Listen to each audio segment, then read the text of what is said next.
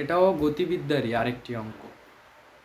এখানে একটা বস্তুর কথা বলা হইতেছে যা প্রথমে সমত্বরণে পরে সমমন্দন। যেমন বলা হচ্ছে যে একটি বস্তু প্রথমে 25 ফিট পার সেকেন্ড স্কোয়ার ত্বরণে এবং পরে 5 ফিট পার সেকেন্ড স্কোয়ার মন্দনে মোট 192 ফিট চলে এবং ফিট না ফুট চলে এবং পুনরায় স্থির হয়। সর্বোচ্চ বেগ কত? তো কিছুই জানি না, শুধু জানি একটা বস্তু এ থেকে ধরলাম বি পর্যন্ত যায়, মানে এক জায়গা থেকে আরেক জায়গায় যায়।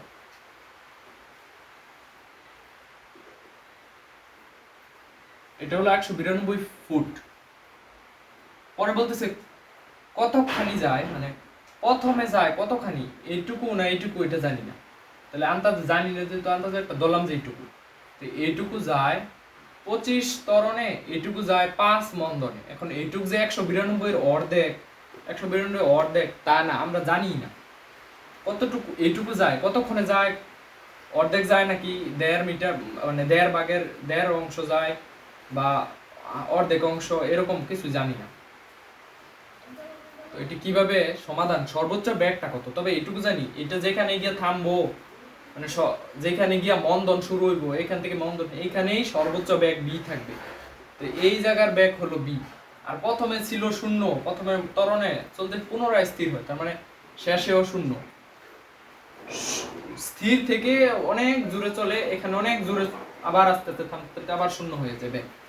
এখন ধরি এটুকু d1, এটুকু d2, distance, d for distance, প্রথম ডিসটেন্স, দ্বিতীয় ডিসটেন্স, দুইটা সম্মিলিত যোগফল হলো 192 ফুট।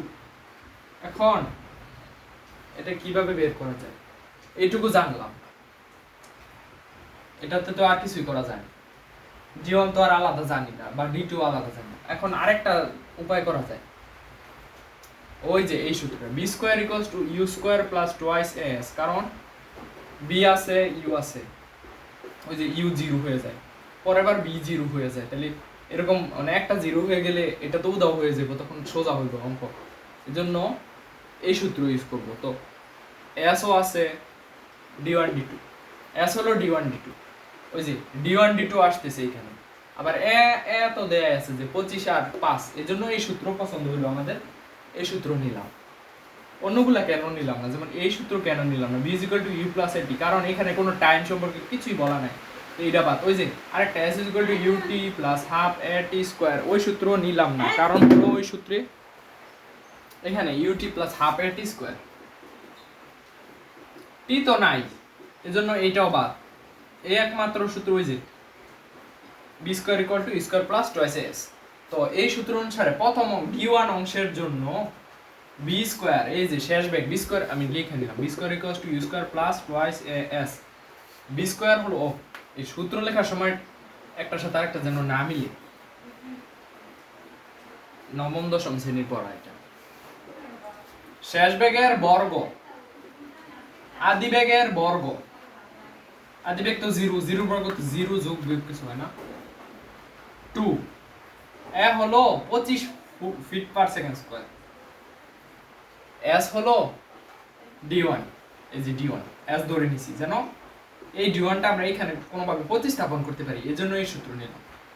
তো এটা হইব b স্কয়ার = 25 × 50 লিখা দিলাম একবারে, কারণ এটা লাইন বাড়ানোর না, এগুলো অ্যাডমিশনে যত লাইন কম লেখা যায়, এজন্য আমি একটু কমে করে রাখলাম, চিন্তা করতে সুবিধা হয় কম লাইন প্র্যাকটিসের সময়। তো b স্কয়ার = 50 × d1। এবার কি করা যায়, d1 কে যদি এইভাবে লিখি, b স্কয়ারের নিচে নিয়ে যাই 50, তাহলে দেখা যাবে যে এই যে আমি একটা পাইলাম, এটাকে 1 দিলাম, এটাকে 2 দিলাম, তো এরকম আরেকটা পাইবো, ওইখানে থাকবো d2 = সামথিং। দেখি ওইটা কিভাবে পাওয়া যায়। d2 = সামথিং পাওয়ার জন্য এইটুকু d2 নিয়ে কাজ করতে, d2 অংশ নিয়ে কাজ করতে হবে। প্রথমে d1 নিয়ে কাজ করলাম, d1 এর মান পাইলাম, d2 নিয়ে কাজ করা, d2 অংশ এই অংশ নিয়ে দেখা যাক কি থেকে কি করা যায়। যেহেতু শেষ বেগ দেওয়া আছে, b মিলে গেল, b প্রাইম দিয়ে দিলাম। শেষ বেগের বর্গ, শেষ বেগের বর্গ হলো 0 এর বর্গ, 0 এর বর্গ তো 0, 0 লিখে দিলাম। 0 = u স্কয়ার, u হলো আদি, u স্কয়ার মানে u, এখানে u মানে b, কিন্তু এটা তো মন্দনে, এই যে মন্দনে ত্বরণের এই জন্য প্লাস দিছি, কিন্তু এটা তো মন্দনে কুই গ্রুপ, এখানে ছিল প্লাস, তো এটা মন্দনে, এই জন্য -2 এ হলো 5 আর s হলো d2। তাহলে এইখান থেকে পাই যে d2 = b²/10। এবার দেখা যাক কি করা যায়। এবার d1 এর d2 এর মান হলো 192, তাই না? d1 আর d2 এর মান হলো, এখানে লিখি d1 আর d2 হলো 192।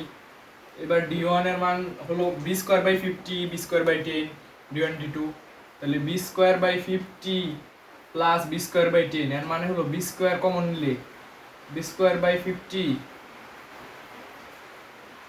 প্লাস b²/10, b²টা এখানে গুণ থাকবে b², এটার মান হলো 192। তাহলে অতএব b² এর একটা মান আসবে, অতএব b এর মানটা আসবে এটার উপরে, ওই মানটার উপরে রোট, অতএব b উত্তর হইব। তো এইভাবে এটা ক্যালকুলেটরের কাজ, এইভাবে উত্তর হবে 40। 40 কি মিটার/সেকেন্ড না, এটা হবে আনসার।